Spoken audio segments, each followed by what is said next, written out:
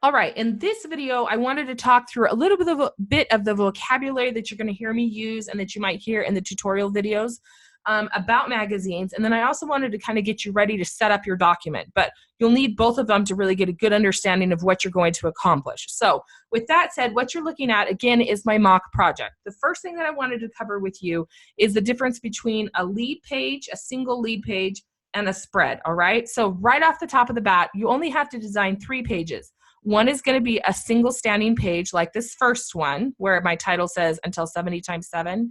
And then the second and third pages will be your spread. All right. So a spread is basically if you open up a magazine, you can see 2 pages at a time. All right.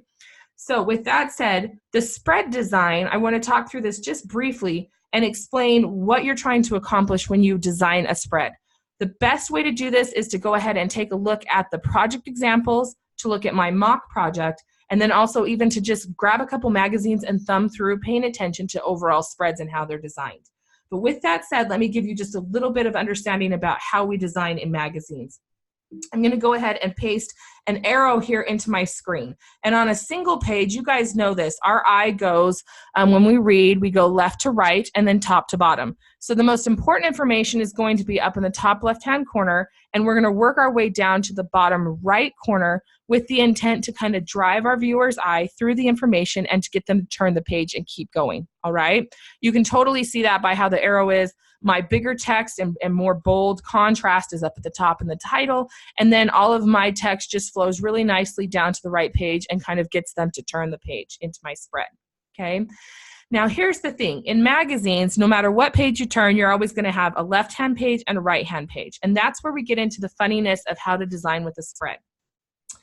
You will have this great opportunity to design your spread, so this is something to really pay attention to, and if you work on it now in your draft, there won't be so much refinement later. So I'm going to paste another arrow in, and I want you to look.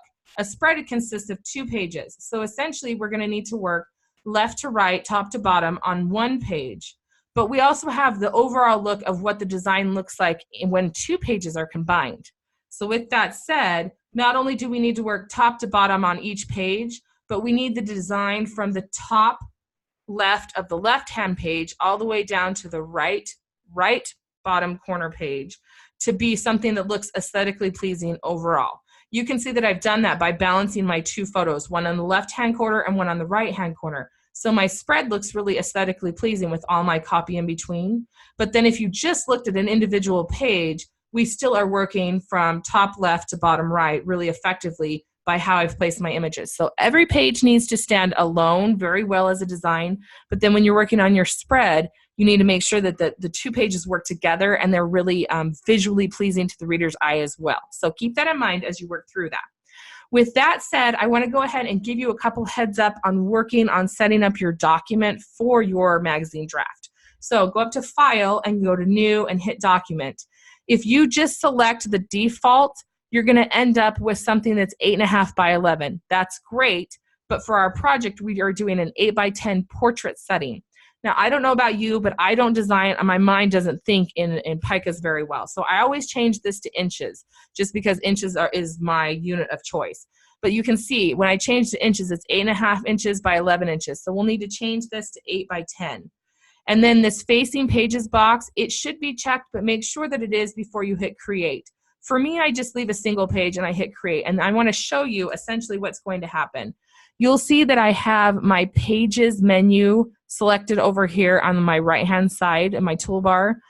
This is super important. You've already worked in this, but I wanted to explain just a little bit on how to set up depending on whether you're leading with the spread or whether you're leading with a single page, okay? If you see feature articles, if you remember back to the reverse engineer post you did and the video you watched of me showing you my mock project for that reverse engineer post, I actually showed you my feature article that I selected, and it was a spread.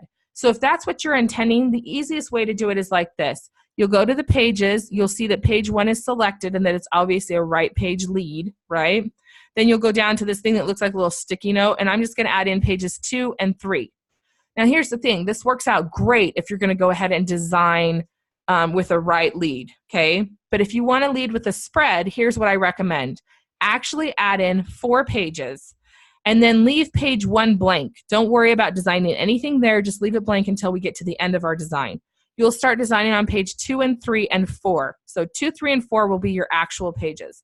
Once that happens, what you'll go ahead and do is just select page 2 and then hold down Shift to select page 3 and page 4. You'll go up to the stacked lines right here on the page thing. This is your on the page panel. This is your options for pages. And these two, allow document pages to shuffle and allow selected spreads to shuffle. You're going to uncheck them. All right. Now at this point, you can just deselect your selection of pages 2, 3, and 4.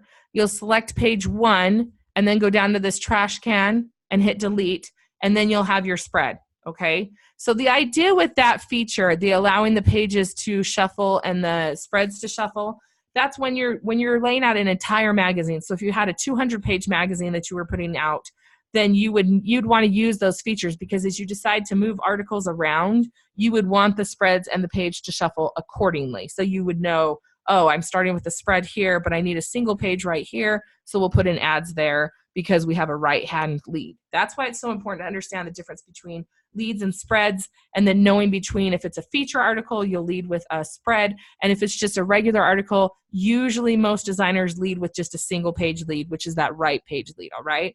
So with that said, you kind of have an idea about the language and what's going on for how to use that magazine language and vocabulary, but then also how to get yourself started in InDesign. If you're like me, and you would rather work in inches rather than picas, that little change right there when you set up the document will happen. But if you look at my rulers and guides, the best way to double check is go to InDesign CC up here, go down to Preferences, and then you'll go to Units and Increments. When you click on it, here you can double check to make sure that you're in inches. Sometimes if you don't change it in the document setup, then it will stay in picas, but this is where you would come to make that change, and then you just hit OK.